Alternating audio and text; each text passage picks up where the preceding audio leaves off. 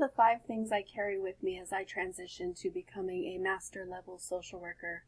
My name is Joanna Cohen, and I will be graduating with my MSW in August 2021. I previously obtained my bachelor's degree in social work in 2000, and since then I've been working in the field. So coming into a master's level program was interesting for me to bring a wealth of experience, but also the opportunity to learn so many more things that I didn't know. The first thing I carry with me is that the very premise of social work is to seek to understand. So the most impactful interactions I've had with clients, agencies, and communities is when the story of why is told and understood. So many times we are ready to have a fix or a right way instead of seeking to understand the entire picture, what the client's going through, what's motivating their decision making, what is the background, what trauma are they working through.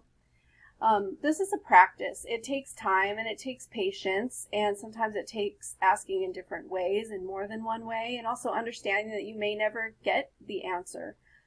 But seeking to understand leads people to start feeling heard, they're feeling understood, and then you help them build a hopefulness. And that really is the basis of making any further progress one-on-one with a client. And not only with the client, but also seek to understand the agency you work with. Seek to understand the community you're working in. Being able to understand on all the different levels, not just the client one-on-one, but in all levels of practice. The second thing I carry with me is to recognize relationships. It's important to understand that while a social worker believes he or she is there to help, the perception is not always the same from the people, the agencies, or the communities that are receiving the help. There is more to uncover in every interaction. By seeking to understand, then we can build relationships. So I really learned this as a child welfare worker in a role where people really didn't want me to be there. They wanted to manage their own lives. They didn't want the state or the government or a social worker telling them how to parent, and they didn't want to talk about their mistakes. So recognizing that in having a role of power and also of influence, that became really interesting to navigate, and I think I learned so much about that, not only in practice, but then also as I did my master's degree, I really started thinking more about how do you approach those non-voluntary clients or those people that maybe don't want you in their lives but don't have a choice. So some of the things I've had to do was to own my privilege, so recognize that there is a power differential. There is inequity in every relationship, especially in a helping relationship. Recognize that the non-voluntary client, there's still hope. There's still people that are non-voluntary but that are also open and willing to learn. Recognize that helping and fixing is not always the outcome that needs to happen. Sometimes we just need to be able to hold the space for people, give people the support they need to be able to make their own decisions.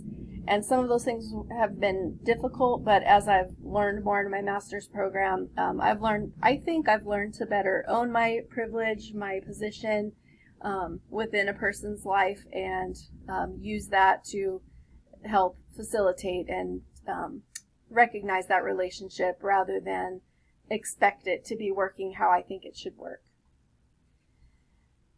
Number 3 is development as a service in social work. So before I started my master's degree, I was a field instructor for BSW students at ASU in child welfare in their field placement. And I really enjoyed that, and I learned how to work in the spaces of meso and macro level social work, not only as an afterthought, but as a critical piece of being able to do all of the work effectively. So my years at ASU prior to my master's program really taught me that preparing others for the workforce is just as an important piece of social work as it is for those who are working at the micro or other levels.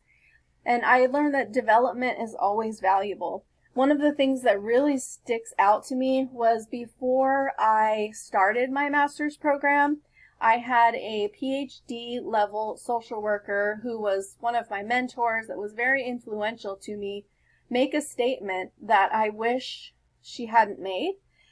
She told me, you can complete the MSW program without ever even opening a book.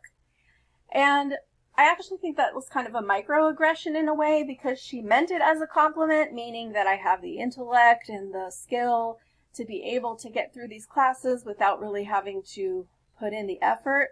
But she really did me a disservice, because it was undervaluing what I could learn from the program, how I could expand my own skills and abilities, and really make the time in my program be about me, my profession, and my ability to carry forward. So in that way, I really do think about, the things I say to people and how they may be taken, because that statement really impacted me. And unfortunately, I feel like it was to the negative, because I don't really think I gave it my all until I realized I actually left the job where she was an influential person to me, and tried some new things in social work and realized, wow, I really did learn a lot in my program, and there is more to learn. And even as I get my degree, I know that I'm going to continue to engage in the learning part and also in the developing of other social workers to continue the field. The fourth thing I learned is that data represents people. So I learned so much about how agencies use the data they collect, and not always in positive ways or in ways that can actually affect change. However, the data does help tell a story, and it's up to the user to ethically produce the narrative in a truthful and honest way. A lack of this transparency leads to the data actually harming people. I sat in on quite a few community needs assessments and these meetings where people were talking about, what does the city need? What are we missing? And there were really only 5 or 6 voices in some of these rooms. And so their voices were the only ones that were heard. And yes, they represent other people, but it really dawned on me that, like, we're powerful in this space. We do direct the narratives of the data, and that's a huge responsibility that needs to be taken very seriously. And finally, I learned that social work is essential. If we didn't know it now, before, we sure know it now. We survived a pandemic while achieving the master's level of social work.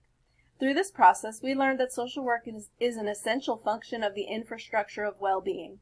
People need to be connected. We need each other. In times of hardship, inequity, and oppression, these things become even more critical to combat. Social workers are essential in the space and in every space where humanity seeks to be well. So being able to get my master's degree in the midst of the pandemic really sends a message to me that my work is valuable, needed, necessary, and that people are worth dedicating my lives to improving the human condition. So I'm very grateful for my experience. I'm also grateful that I didn't listen to all the voices who told me that this would be easy, because it was in some ways, and in other ways it was the biggest challenge I've faced so far.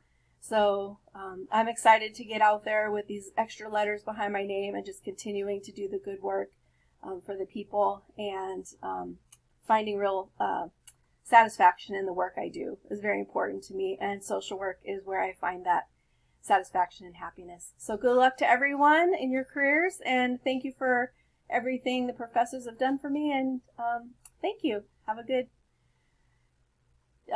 journey in social work.